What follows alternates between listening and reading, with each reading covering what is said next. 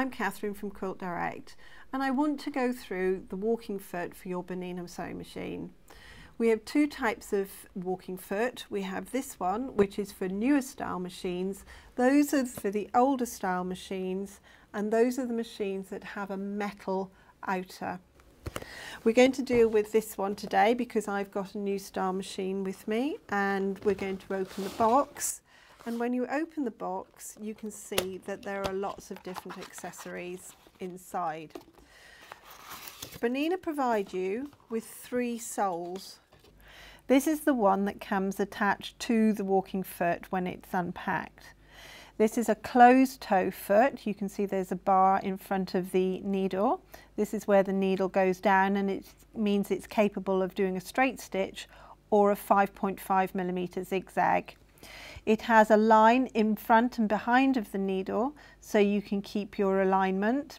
It also has a line here on the inside of the toes for 1/4 inch, which is very useful for when you're doing binding. The second sole that you have is the open toe. This means there's no bar in front of the needle, which is good for visibility, but is also very useful if you're doing decorative patterns and want to watch where the decorative pattern is going. This also has your 1/4 inch marking on the inside of the toe. The third one is my favourite, which is the edge stitch sole. And this one, you can see there is a flange which runs in front of the needle, and it aligns the stitching for you along the seam for quilting in the ditch. We also have seam guides.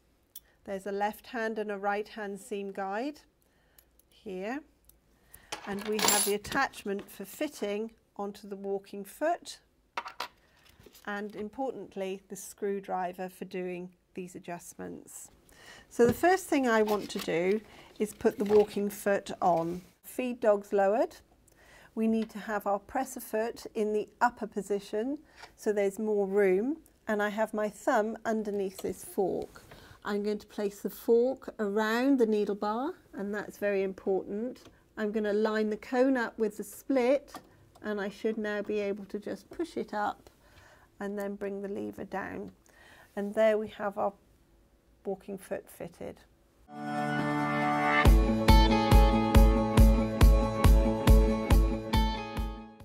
Now we're going to change the sole, and I'm going to show you that it is this screw here that you need to use and no other to actually release the sole. It's being held on by these 2 black bars here, and we just need to take the pressure off them so that we can spring the sole out. So here we go, and then very carefully you just want to remove it, making sure that you don't actually catch the rubber bars, because catching those rubber bars you will bend them, and we often find that people don't have walking feet that work correctly because these have been bent when the soles have been being changed. So the sole we're going to put on now is actually the edge stitch. So I'm going to line the hole here up with the hole that's on the inside of this, and there's 2 on this one to maintain balance. So I'm just going to run it to the outsides, click them into place. There's one set in, and then there's the other lined up, and then once they're lined up we again need to start screwing in tight. So off we go. So just tighten that slightly, and then just make sure that it's going to ping it into place. There we go, and now we can tighten it.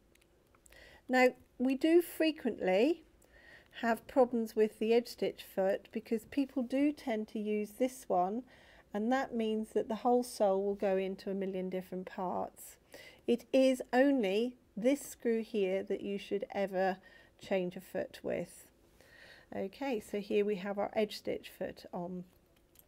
This is actually my walking foot, and at this point I actually want to just make you notice just how worn and dirty the tops of these prongs are.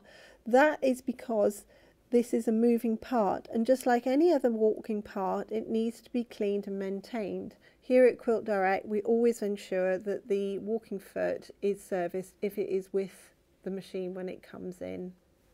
These, which are the newer style ones, and these will work with all models of the new style machine. I know it sounds very confusing, but we need to now just pop that onto the foot, and we can now place the seam guide through and screw.